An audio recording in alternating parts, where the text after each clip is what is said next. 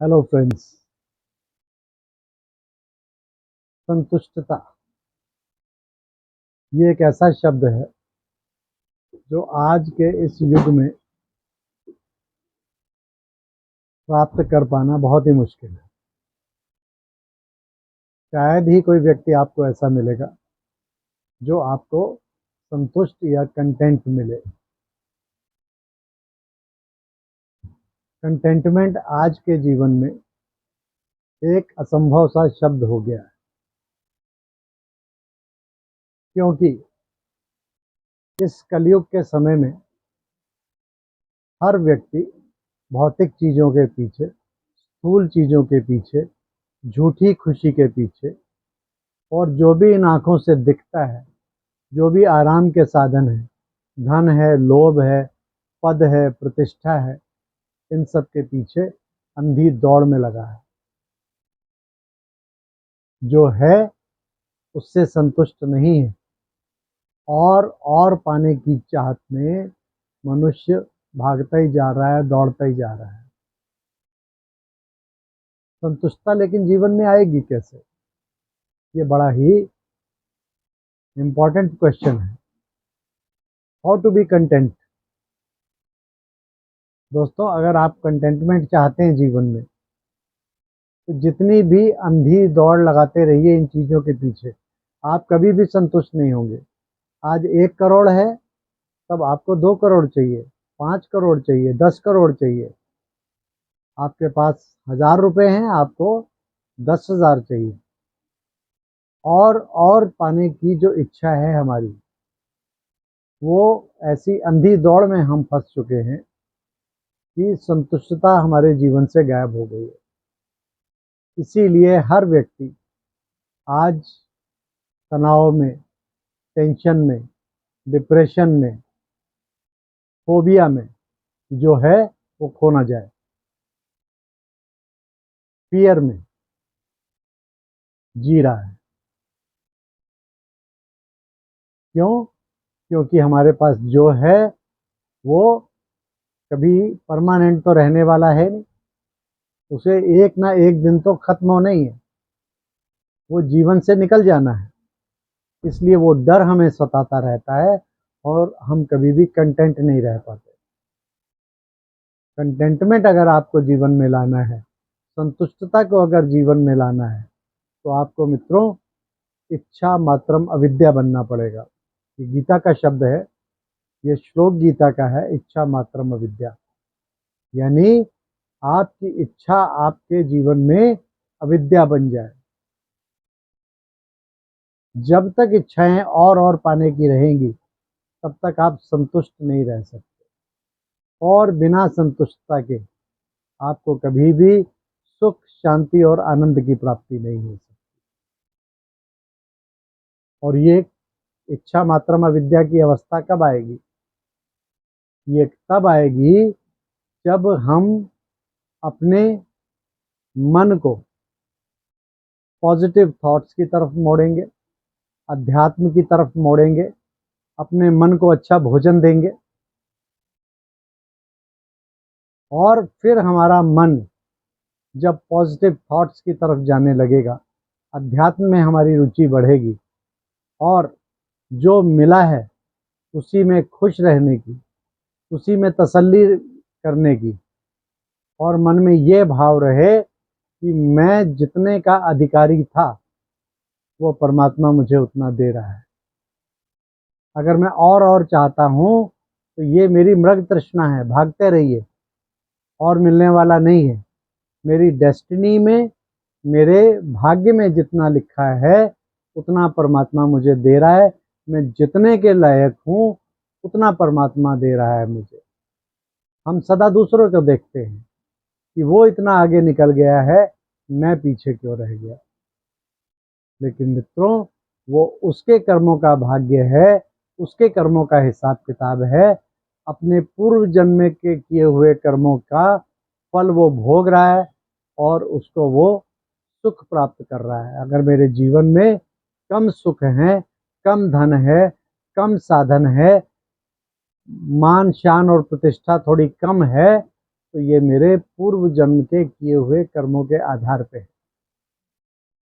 और जब हम ये ज्ञान प्राप्त कर लेते हैं कि जो कुछ भी मेरे जीवन में है वो पर्याप्त है, और बहुत ज़्यादा चाह की इच्छा रखना सिर्फ मन को दुखी करेगा आपके, और आपको सदा असंतुष्टता में रखेगा। सैचुरेशन आपके लाइफ में कभी नहीं आएगा, क्योंकि हम जितना इस अंधी दौड़ में भागेंगे उतना ही हम और ज़्यादा दुखी और ज़्यादा तनाव में रहेंगे।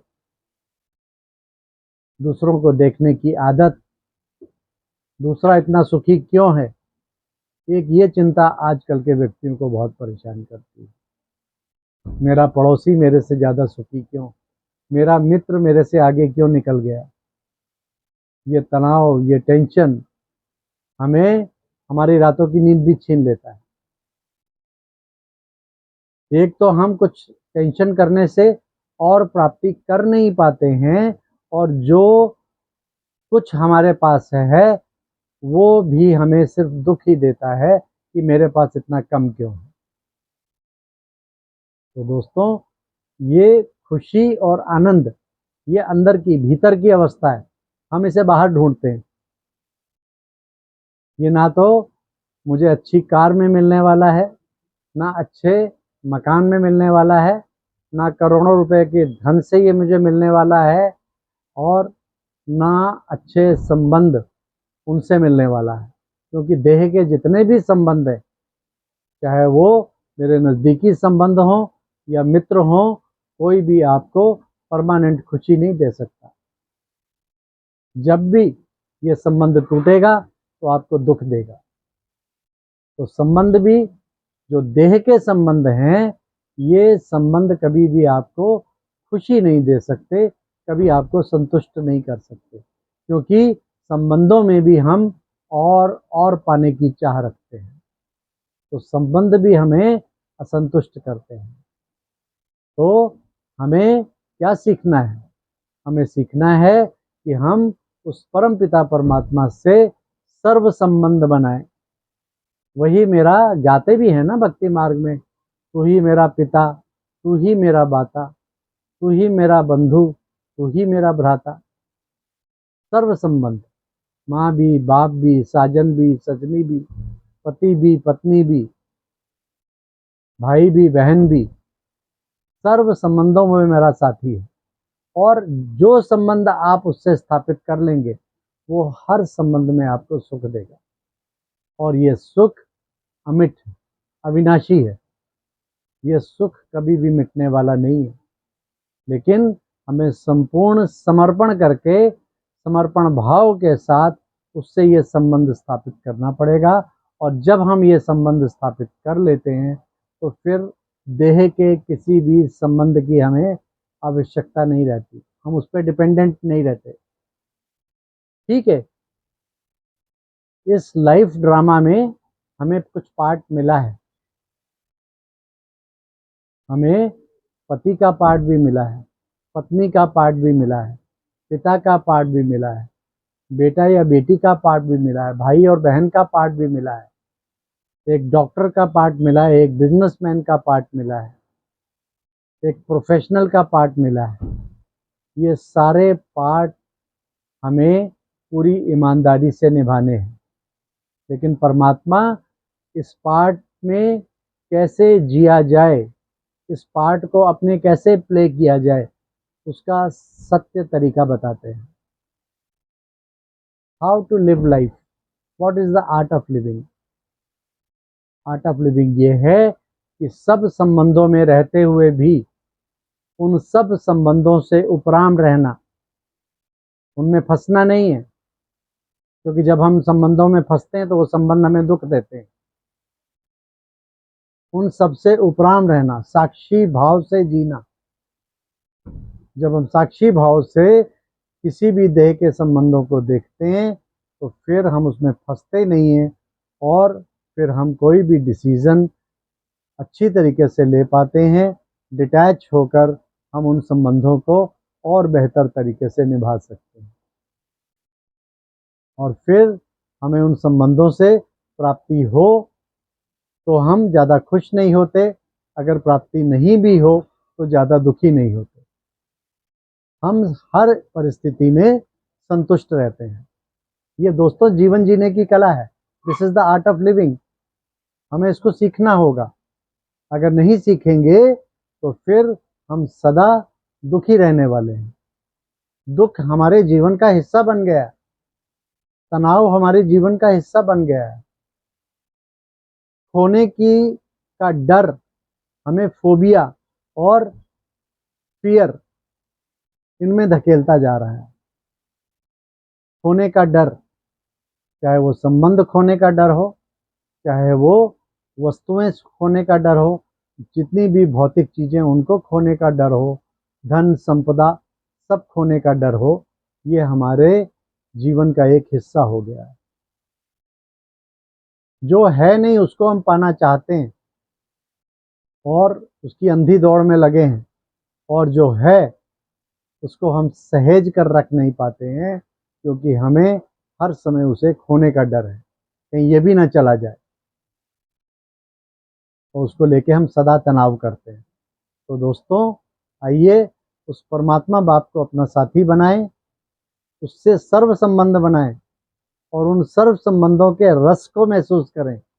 और जब उस सर्व संबंधों के रस को आप महसूस करेंगे, उससे सर्व संबंध बना लेंगे, और उससे जो सुख और आनंद की अनुभूति होगी वो आपके जीवन को एकदम खुशियों से भर देगी।